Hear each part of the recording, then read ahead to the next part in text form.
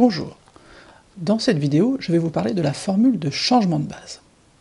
Mais avant ça, je vais vous raconter une jolie histoire, celle de Willy Wonka. Vous vous souvenez, Charlie et la chocolaterie. Eh bien c'est lui, Willy Wonka, le patron de la chocolaterie. Et il est le seul capable de réussir très facilement et très rapidement une recette très compliquée que tous ses concurrents ont beaucoup de difficultés à réaliser. Alors pourquoi ? Parce qu'il a un secret que je vais vous livrer. Il a un ascenseur qui lui permet de passer en apesanteur. Alors, comment procède-t-il? Ici, c'est la Terre. Willy Wonka emmène tous ses ingrédients dans l'espace en apesanteur. Ensuite, dans son laboratoire en apesanteur, il réalise sa recette. Et à la fin, il redescend sur Terre pour livrer ses merveilleuses friandises. Eh bien, Willy Wonka a inventé le changement de base. Revenons dans le monde des matrices et refaisons le chemin de Willy Wonka. Alors, au départ, nous sommes sur Terre, et donc on est dans la base B. Ce qu'on cherche à faire, c'est aller de ce point à ce point, et on va le faire de deux manières différentes. Première manière, on prend la matrice A, et on part d'un vecteur x.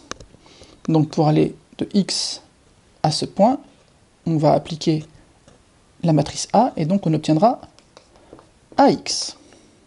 Bon, ça c'est le chemin, on verra tout à l'heure, qui n'est pas forcément le plus facile dans toutes les circonstances. Maintenant, utilisons l'astuce et le secret de Willy Wonka. On va changer de base, on va passer de la Terre à l'apesanteur, on va donc passer de la base B à la base que je vais appeler B'. Et donc, mon vecteur x va devenir quoi?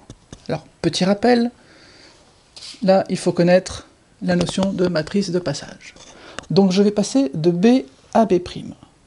Donc, mon vecteur x va devenir un vecteur x', et qu'est-ce que je lui applique pour devenir x'? Je lui applique P-1.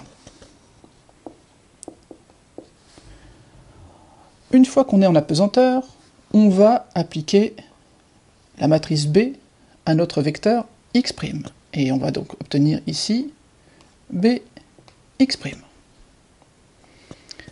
Et une fois qu'on sera ici, il faut bien qu'à un moment on revienne dans notre base B.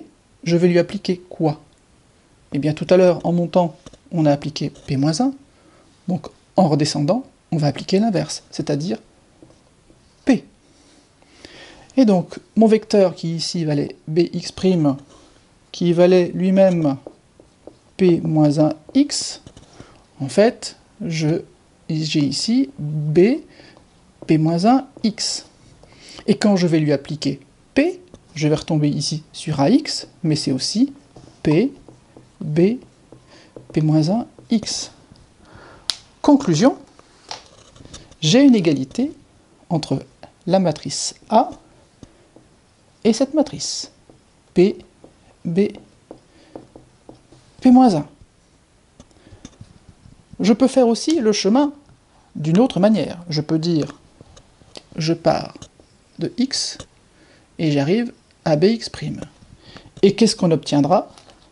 On obtiendra B qui vaut P-1 à P. Voici donc la formule de changement de base. Je vous ai montré ce chemin de façon que vous puissiez le reconstituer tout seul, sans retenir par cœur l'une ou l'autre de ces deux formules.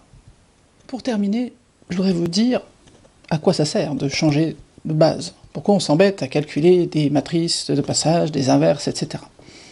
Eh bien parce que, comme Willy Wonka, il y a des recettes qui sont beaucoup plus faciles à faire en apesanteur plutôt que de rester sur Terre au ras des pâquerettes. Et donc, je vais vous montrer dans d'autres vidéos deux applications de la formule de changement de base. La première, c'est le calcul de puissance des matrices. Très rapidement, le principe va être de trouver une matrice B qu'il va être facile d'élever à une puissance quelconque. On verra que c'est des matrices diagonales.